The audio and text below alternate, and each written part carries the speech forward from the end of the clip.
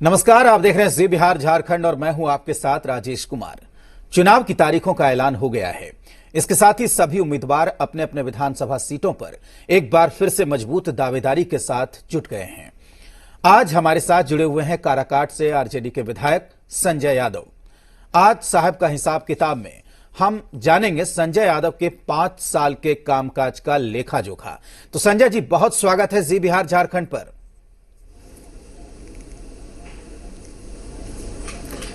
जी नमस्कार। जे बिहार के सभी श्रोताओं को और अपने काराकाट की प्यारी जनता को संजय यादव का प्रणाम।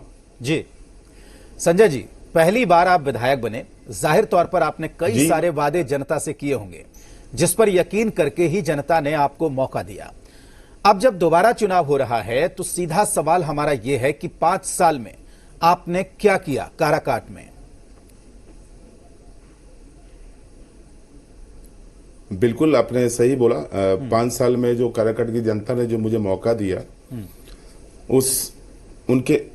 उनके वादों पे मैं एक चीज आपको बताऊंगा कि 5 साल क्या मैंने किया। जी, ये मेरी किताब है जी, और ये इसमें जो पूरा लेखा जोखा इस किताब में है। और मैंने वही किया है जो मैंने अपने 5 साल के कार्यकाल में जो मैंने वर्क किया है।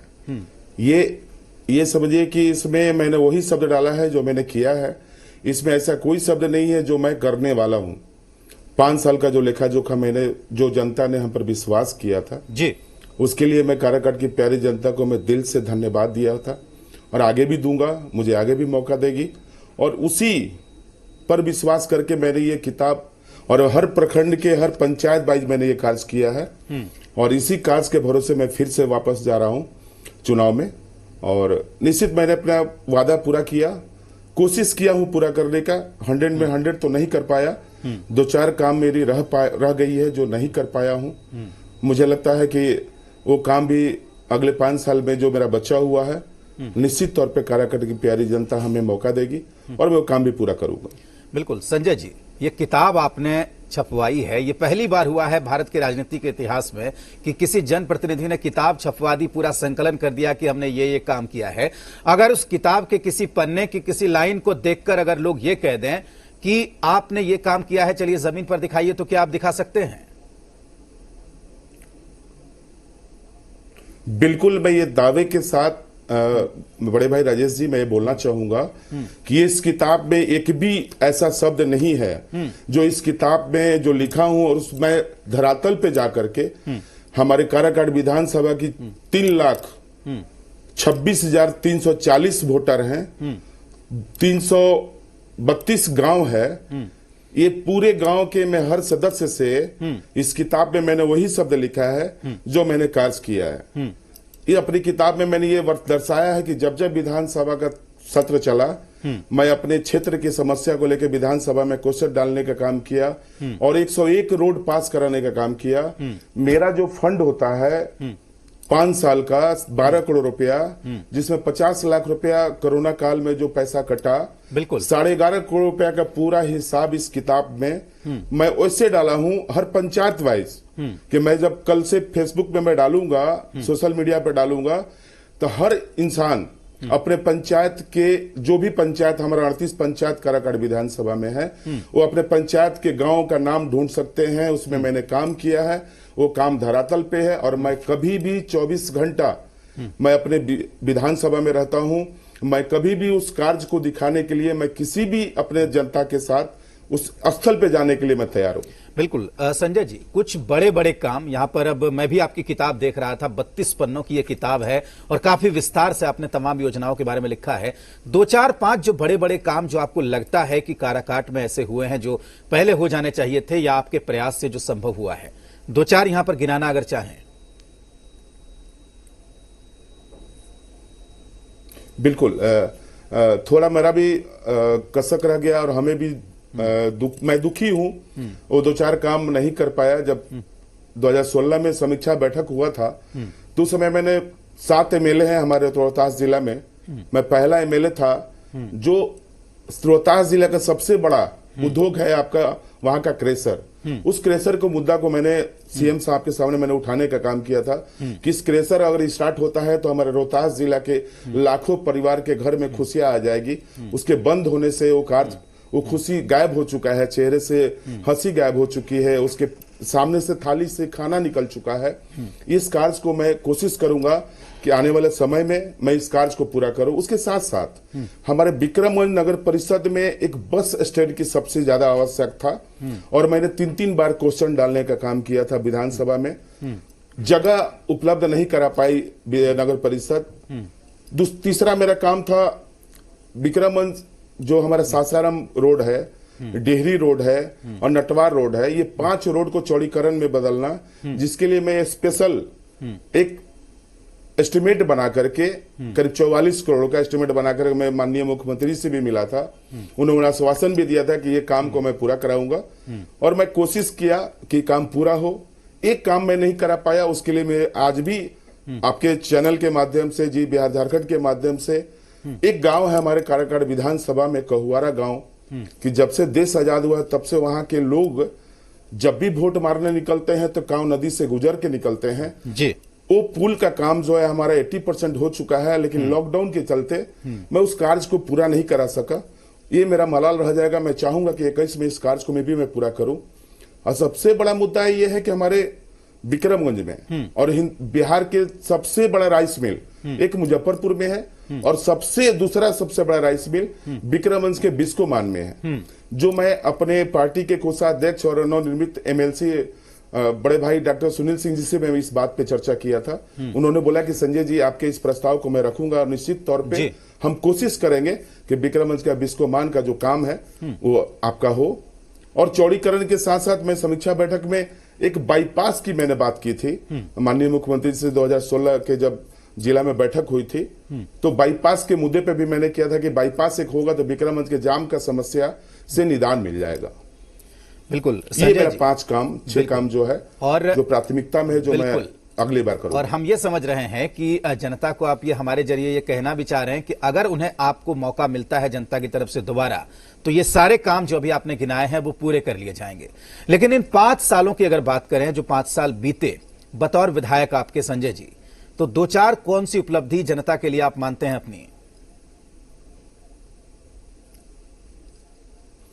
जनता के सामने जो मेरा उपलब्धि ये था कि बहुत ऐसा गांव था, 1-2 गांव नहीं है, करीब उसमें से 20 से 25 गांव ऐसा है जो 60 साल में लोगों ने मुंह नहीं देखा था रोड का।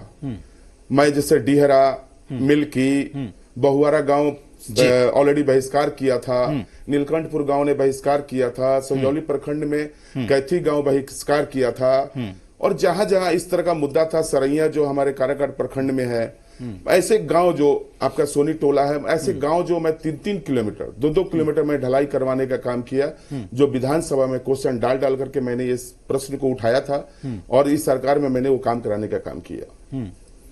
बिल्कुल संजय जी, अब काराकाट के सियासी समीकरणों पर आते हैं। यहां का सियासी समीकरण थोड़ा बताइए और यहां एनडीए को आप कितनी बड़ी चुनौती मानते हैं अपने सामने, क्योंकि पिछली बार की अगर बात करें तो जेडीयू आपके साथ थी, लेकिन इस बार जेडीयू और बीजेपी मिलकर चुनाव लड़ रही है।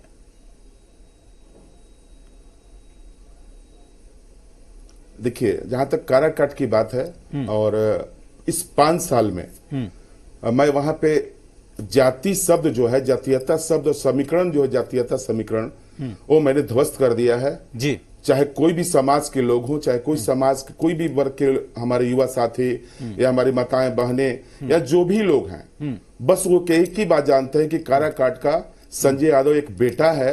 और ये जातीय समीकरण, ये दुनिया जान सब कुछ मैं 5 साल में, एक कंट्रोवर्सी मेरा 5 साल में नहीं है कि मैं किसी राजपूत को लड़ाने का काम किया, किसी ब्राह्मण से यादव को लड़ाने का काम किया। ऐसा 5 साल में मैंने ऐसा कोई कार्य नहीं किया। इसलिए मैं जानता हूं कि मेरे सामने कोई चुनौती नहीं है। एनडीए के कोई भी कैंडिडेट है, ये संजय यादव जो काराकाट का बेटा है, जो काराकाट का युवा साथी है, मुझे लगता है कि मैं वहां पे सफिशिएंट, और मुझे लगता है कि सारे समाज के लोग, आज जो स्थिति हमारा उस काराकाट विधानसभा में है, ये मैं ध्वस्त कर दिया हूं जातीय समीकरण को जी। संजय जी, काराकाट बिहार की उन मुझे सीटों में चुनौती नहीं लगता जी बिल्कुल, काराकाट बिहार की उन सीटों में शामिल है जहां पर वाम मोर्चे की पकड़ काफी मजबूत है। आपसे पहले 2-2 बार विधायक रह चुके हैं, तो इस बार जब आपकी पार्टी के साथ गठबंधन है तो इसका कितना आपको फायदा मिलने वाला है, वहां पर कितनी ताकत बढ़ी है? देखिए, सबसे बड़ा मुद्दा है कि मैं एक थोड़ा सा राजेश जी, हम टेक्निकल शब्द बता दें आपको। हाँ। कि 2010 से पहले ये जो मुद्दा था, वाम दल और माले का जो स्थिति था, काराकाट उस समय हुआ करता था और विक्रमगंज विधानसभा अलग हुआ करता था। हाँ, हाँ। जब 2010 परसीमन में जब काराकाट नाम हुआ, हाँ। तो उसमें विक्रमगंज और संझौली 2 प्रखंड काराकाट से जुड़ा जी। तो उस समय के बाद जो स्थिति रही है वो बदल गई कि अगर वहां से अगर कोई माले का कैंडिडेट अगर कुशवाहा जाति छोड़ के अगर दूसरा अगर कोई समाज लड़ता है तो वहां पे 7 से 8 हजार वोट जो है माले को आता है। जब कुशवाहा जाति वहां चुनाव लड़ती है तो वहां पे 20 से 21 हजार वोट आता है। तो मुझे लगता है कि अगर माले साथ में आती है तो मुझे फायदा होगा, इसमें कोई शक नहीं है। बिल्कुल। संजय जी, आगे बढ़ते हैं। सवाल कई सारे हैं कि फिल्मी दुनिया में काम करने के बाद आपने सियासत में एंट्री किया, मन क्यों बनाया सियासत में एंट्री का, और अगर बनाया तो यहां पर अनुभव कैसा रहा आपका? कहां ग्लैमर ज्यादा है, सियासत में कि फिल्मों में? बड़े भाई राजेश जी, मैं पहली एक बात बता दूं कि मैं फिल्म से राजनीति में नहीं आया था जी। मैं पहला ऐसा व्यक्ति हूं जो मैं 2007 में पहली बार चुनाव लड़ा विक्रमगंज के वार्ड नंबर 4 से, और उस वार्ड में मात्र 4 घर यादव होते हैं और पूरा मोहल्ला जो है बैस समाज का है, मुसलमान समाज का है। बिल्कुल, बिल्कुल। और 2 बैस, 2 यादव, 2 मुसलमान, ये 6 लोग को खड़े होने के बाद मैं चुनाव वहां से जीता और उसके बाद शहर का मैं उप मेयर बना। बैस समाज ने हमको सपोर्ट किया, बिल्कुल। मुसलमान समाज ने सपोर्ट किया, सब कुशवाहा जाति ने सपोर्ट किया, दलित समाज ने सपोर्ट किया। तब मैं 2013 में मैं फिल्म बनाने गया था, जो कि मुझे लगा कि एक शौक था बचपन से कि पर्दे पे मैं आऊं, और मैं 2013 में अपना एक प्रोडक्शन हाउस खोला, जय मां कामनी फिल्म्स, और उस बैनर तले और हमारे एक बड़े भाई हैं सुजीत तिवारी जी, जो फिल्म के फाइनेंसर थे हमारे, जो हमारे मनेर के रहने वाले हैं। मैं उनको दिल से धन्यवाद देता हूं कि इस लड़के को उन्होंने जो विश्वास किया था, 1 करोड़ 20 लाख रुपए उन्होंने मेरे चेहरे पे, जाके कोई लिखित नहीं था, और उन्होंने पैसा दिया। प्रतिज्ञा पार्ट 2 भोजपुरी का पहला सीक्वल मैं बनाया और उस फिल्म में बतौर मैं विलेन के रूप में था। और मुझे 1.5 साल का एक्सपीरियंस है मुंबई का। 1.5 साल मैं मुंबई में रहा और मुझे बहुत काफी लोगों ने प्यार दिया। वहां के आर्टिस्ट, जो भी हमारे हीरो हीरोइन, या जो भी हमारे डायरेक्टर, प्रोड्यूसर, जो भी लोग थे, सब लोगों ने हमें सने प्यार दिया। मुझे लगा कि ये दुनिया मेरे लिए नहीं बनी है, बिल्कुल मेरे लिए वही विक्रमगंज काराकाट विधानसभा बना है, जनता की सेवा। तो मैं उस सेवा के भाव से फिर से मैं वापस 2014 के लास्ट में आया, और उसके बाद मैं फिल्म नहीं बना पाया, ना मैं मुंबई का रुख कर पाया, क्योंकि ग्लैमर की दुनिया तो सिर्फ मुझे आगे बढ़ा सकती है, मुझे खुश रख सकती है, लेकिन काराकाट जो राजनीति की दुनिया होती है, मैं हर गरीब, जो हमारे लालू जी बोलते हैं कि अंतिम पंक्ति में बैठने वाला इंसान को चेहरे पर मुस्कुराहट होना चाहिए, उसके पेट में भोजन होना चाहिए, तो मैं वो कार्य करने के लिए मैं राजनीति में फिर से अपने आप को यहीं लेकर आया, जो मुझे यहाँ संतुष्टि मिलता है जब मैं जनता के बीच में जानता हूँ, जब जनता मेरे सामने आके गले मिलती है, तो मुझे लगता है कि ये सुकून, ये जो ग्लैमर है राजनीति का, ये फिल्म में नहीं हो सकता है कभी। इसलिए फिल्म के लोग इस राजनीति में आते हैं, लेकिन मैं राजनीति से फिल्म में गया था उस जगह को देखने के लिए। बिल्कुल, तो आप परखने गए। जी बिल्कुल। विक्रमगंज की जनता के बीच में, काराकाट विधानसभा की जनता के बीच। बिल्कुल। लालू जी का नाम लिया आपने, लालू जी का जिक्र किया आपने, तो लालू जी के आपन थाली का क्या कॉन्सेप्ट है, और ये आइडिया आपके दिमाग में कैसे आया, और अभी ये कितना कामयाब रहा? बिल्कुल। सबसे पहला कि मैं लालू जी को मैं अपना भगवान मानता हूं। ये आज नहीं, ये मैं जब से होश संभाला तब से लालू जी को मैं अपना गुरु, अपना पिता, अपना सब कुछ मानता हूं।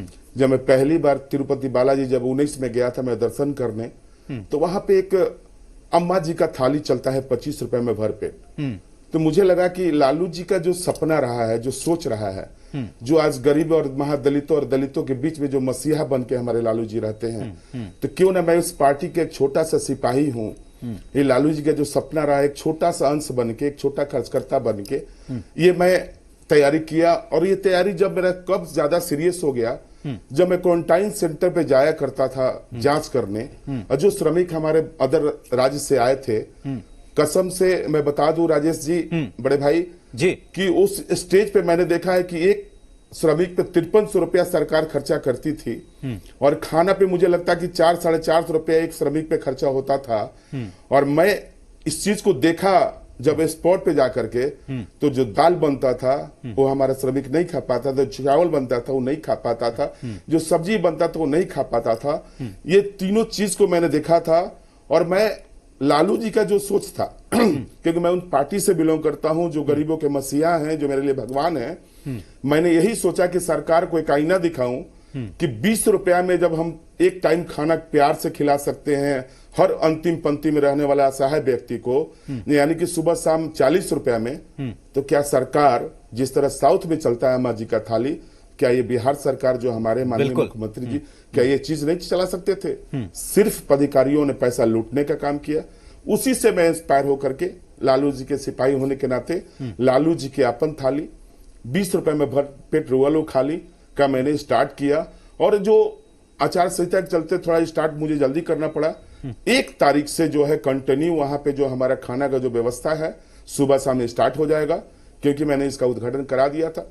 तो मैं इसी से इंस्पायर होकर के कि जब साउथ में चल सकता है, जब हम लालू जी के सिपाही हैं, तो क्यों नहीं हम बिहार में, उत्तर भारत में, खासकर बिहार में क्यों नहीं करूं? चल सकता? बिल्कुल। और मैं मुझे लगता है कि अगले साल मैं पूरे बिहार में, राजेश जी, मैं आपके चैनल के माध्यम से ये बात मुझे आप 1 साल बाद पूछना, 2021 के अंतिम में पूछना कि मैं 5 साल में पूरे बिहार में मुझे खोलना है। पहला मैं स्टार्ट करूंगा 2021 में, जब मैं विक्रमगंज में स्टार्ट के बाद 21 में डेहरी, सासाराम, मोहनिया, बक्सर, आरा में 2 करूंगा, औरंगाबाद, जहानाबाद, गया। ये पूरा 21 का मेरा प्लान है। बाकी 22 में पटना, मुजफ्फरपुर, पूरे बिहार में बिल्कुल मैं इस थाली को पूरे बिहार के लोगों को लालू जी की अपन थाली का स्वाद मिलेगा, सहाय व्यक्ति को खिलाऊंगा। बिल्कुल। संजय जी, अगले सवाल की तरफ चलते हैं। आज बिल्कुल तेजस्वी यादव ने 10 लाख सरकारी नौकरी देने की बात कही है। आप खुद भी एक युवा हैं, तो काराकाट के युवाओं के लिए आपका क्या प्लान है? और जो तेजस्वी यादव ने जो बात कही है, बिहार के युवाओं पर इसका क्या असर पड़ेगा?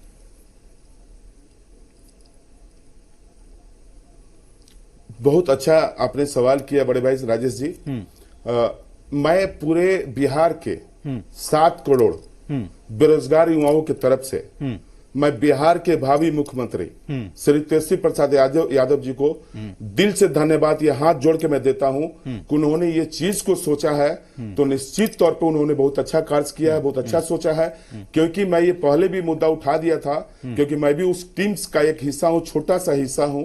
मुझे पता है कि तेजस्वी यादव जी का जो सोच है बिहार के युवाओं के लिए इतने कारगर बनने वाला है। क्योंकि मैं भी जब अपने क्वेश्चन किए काराकाट के बारे में मैं क्या सोचता हूं, तो मैं ऑलरेडी आपको बता दूं कि जो हमारे तेजस्वी यादव जी ने जो आज शब्द बोला है, दिल से उनको धन्यवाद, दिल से सैल्यूट है। और साथ ही काराकाट में मैं ऑलरेडी काम स्टार्ट कर चुका हूं। पुष्पा स्टील के ओनर प्रमोद दुग्गड़ जी हैं, उनको बुला करके मैं जमीन विजिट भी कराया और उन्हीं के हाथों से लालू जी के अपन थाली 20 रुपए में भरपेट रोलो खाली का उद्घाटन भी कराया।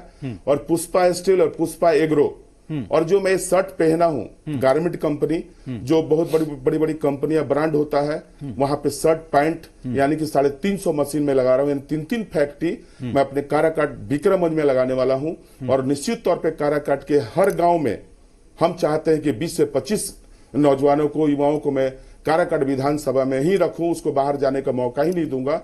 ये मेरा प्रोग्राम 2021 के दुर्गा पूजा नवंबर तक भूमि पूजन का होगा। अगले साल का मतलब तक ये हमारी फैक्ट्री रेडी हो जाएगी।